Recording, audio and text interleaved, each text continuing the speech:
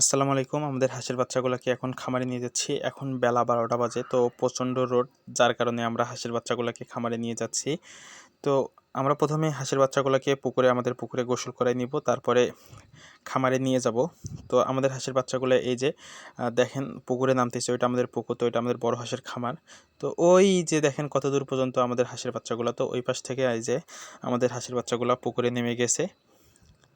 দেখেন আমাদের হাঁসের বাচ্চাগুলো এখনও আসতেছে, তো এখনও আসা শেষ হয় নাই। তো এগুলা আমরা উঠাই আমাদের ওই খামারটায় রাখবো। তো আগে তো আমরা বাহিরে ওই জমিটায় রাখতাম, কিন্তু বর্তমানে ওই জমিটায় পানি, যার কারণে আমরা আমাদের খামারেই হাঁসের বাচ্চাগুলোকে রাখবো। তো খামারের হাঁসের বাচ্চাগুলোকে রাখা শেষে আমি চলে আসলাম আমাদের বড় হাঁসের খামারে। তো এইগুলো হচ্ছে আমাদের ডিমের হাঁসগুলা। তো এইখানে ওদেরকে খাবার দিব। তো এখন ১টা বাজে। তো আমাদের খাবারগুলো কিন্তু একটু মেখে দিতে হয় পানি দিয়ে। তো ওগুলাকে আমি খাবারগুলো একটু মেখে দিলাম। মেখে দেওয়ার পর ওরা খাচ্ছে।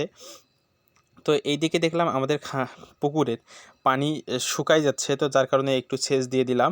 আজকে ওটা সারাদিন চলবে। তো এখন ৩টা বাজে। তো এখন আমাদের হাঁসের বাচ্চাগুলোকে আবার ছেড়ে দিয়েছি। তো আমাদের হাঁসের বাচ্চাগুলোকে এখন একটু দূরের জমিতে নিয়ে যাব। এগুলা জমিতে খাবার মোটামুটি শেষ, কারণ এরা আগেও একবার এই জমিগুলোতে খেয়েছে। তো এখন বিকাল ৫টা বাজে। আমাদের হাঁসের বাচ্চাগুলোকে নিয়ে যাব খামারে। তো তার আগে আমরা পুকুরে গোসল করাই নেই।